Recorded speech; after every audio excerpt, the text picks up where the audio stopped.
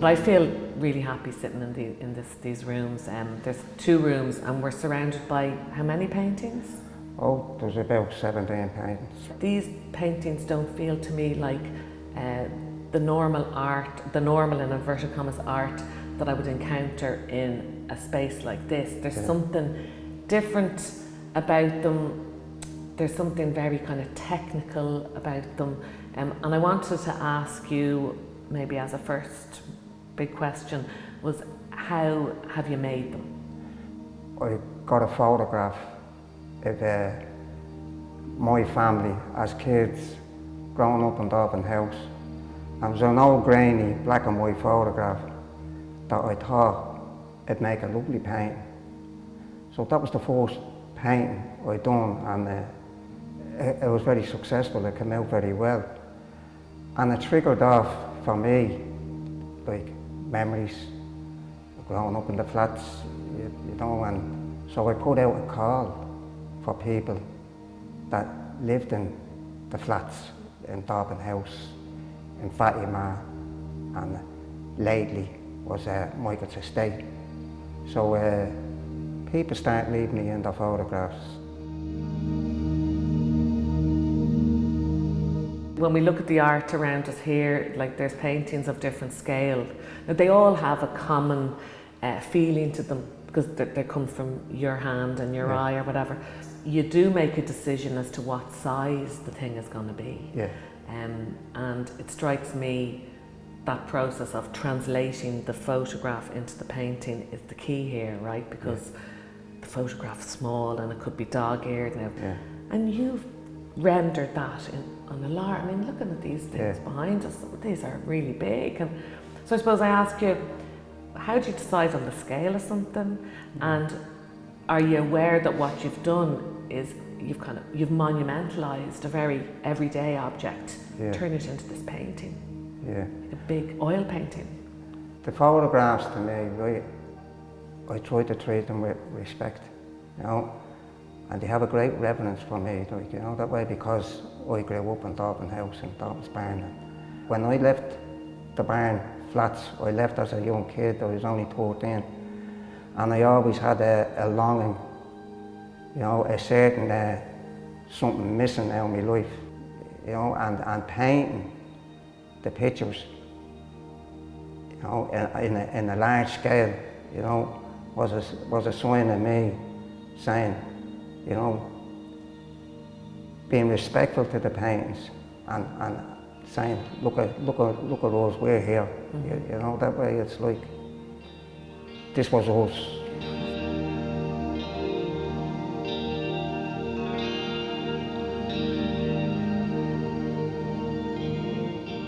The reason why I paint on a different material rather than on a canvas, right, it goes back to when I was doing my masters in NCAD, and I was doing painting on book covers, where I was getting book covers, you know, like canvas covered books, right, and I was taking the cover off, sticking them together into a big large canvas and painting on them.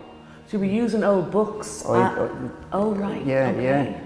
And what I found was that I had a lot more freedom, say, painting on other material rather than painting from a white canvas. You know what I mean? Because it's less intimidating, is that right? It is, it's less intimidating, and it's like you're not dealing with the whole history of art. Like, you know, that way you don't be intimidated, you know, that way. And it's like you're onto a winner, really, because half of the painting is already started before you even begin. You know, if that makes sense, you know, that way. I get a sense of the circularity of this whole neighbourhood of Dublin 8 and all the housing that we have lost, because for me, coming in, looking at these, I see St Michael's estate in Inchicore, I see Fatima here behind us, Fatima there in the washing line, Mrs Myers in Dolphin House, one of that beautiful little painting, portrait really of a woman, of an older woman. Like, all these environments are either completely razed to the ground, they're gone, or else they're so drastically remade that they're unrecognisable today. You know, so these places are gone.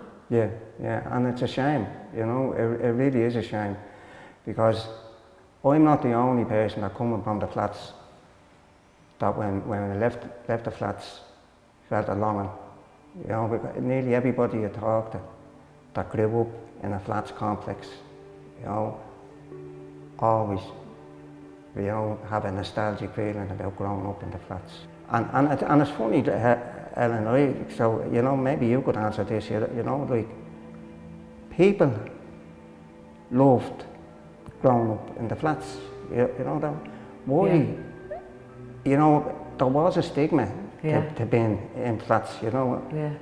Because I remember, even if you going for a job, you'd be probably embarrassed, you know. To say where you were from. Now, I was too young, but the people would be embarrassed to say they were from Dublin House, you know, if they were going. That's mad, isn't it? And I mean, maybe that, I mean, it's not mad, it's very common in Irish culture, you know, the stigma of social housing or whatever, but not the housing estate. The flats were always this degenerate kind of this, and in architectural terms, through the 20th century, they're like the architectural pariah, you know, and certainly by the 1980s, 1990s, they're being lined up for demolition, and through the early 2000s, most of these blocks, and near where I live in Ballybock and the north inner city, you know, St. Bridget's, like Sheriff Street, demolished, you know, 1998, demolished. I mean, I think what's interesting with these paintings is that at first I was thinking, are these all rosy coloured glasses? You know, is this very bucolic and trip down memory lane? But you can't say it is, because you haven't dressed it up. In certain works, for me, the most compelling works, you have a lot of graffiti, you have ones hanging around, you know, chatting or doing whatever. Like, you haven't cleaned it up, they're a scruffy and they're gorgeous in their scruffiness. So it's warts and all in your paintings. But yet what's interesting is that they're a completely loved, beautiful place to live, and this is what you talk about. So the flats were built in the 30s and 40s, and again 50s, 60s. And increasingly during this time, the Catholic Church and the middle class housing professions believed that the city centre and cramped living led to low morals, and that really it wasn't the best solution for families at all. And so while the flats were being built, these ideas were being pushed. So the flats were being built as a, you know, as a stopgap almost, you know, on an industrial site as part of the slum clearance, but they were never really favoured. One other thing as well to say, Pat, that's actually kind of an economic fact. The flats were let, from the outset, they were let for cheaper rent than the houses. So families moved out of tenements would be put out to Cab or Crumlin, they'd have higher rent than the families who were kept in the city centre in the new flats. So they were let for less rent, but they cost almost twice as much to build.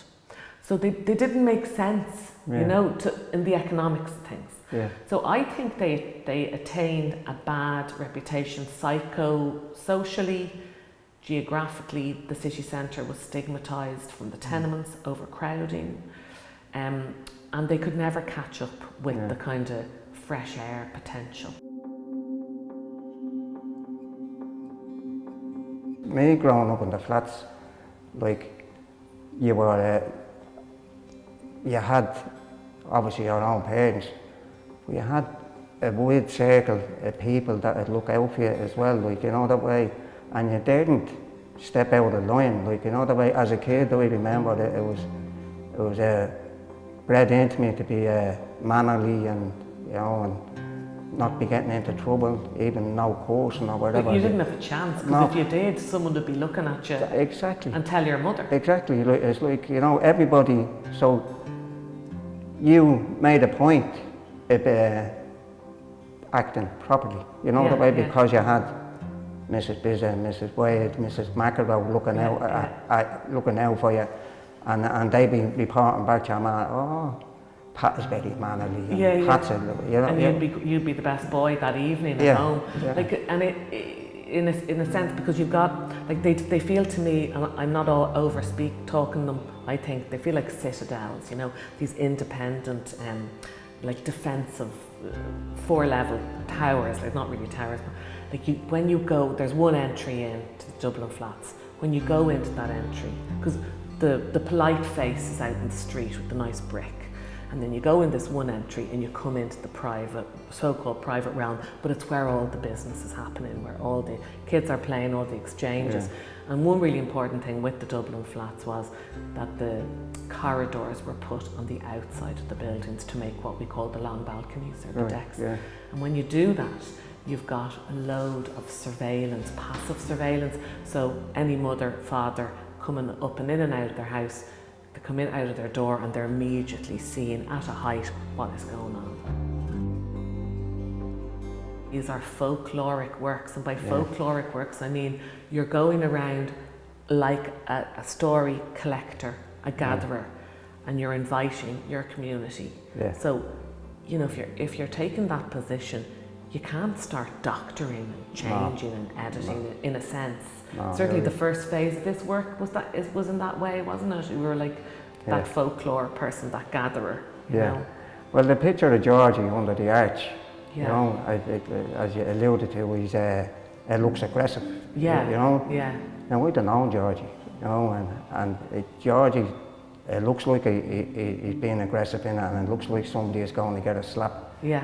But Georgie was a funny character, you know, and Georgie would have a laugh and a joke rather than get into fighting, you know, and that's the truth, like, you know, that way. But as you say, I painted it rigidly to the photograph, and it looks like, but it's not the case, you know. I mean, like someone like Georgie, like, and you know, well, most of us don't see ourselves rendered in oil painting on a large scale.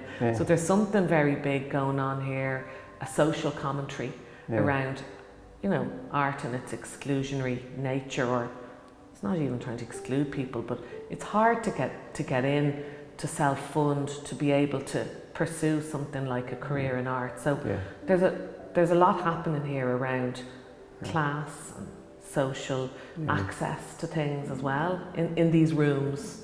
Well, a lot of the people in the paintings, you know, wouldn't actually visit an art gallery, and they wouldn't get into it, you know, they wouldn't go to see it. And the only way that they'd end up in an art gallery is on the paintings. Thanks a million for talking to me, Pat, for sharing these like the story of the making of these.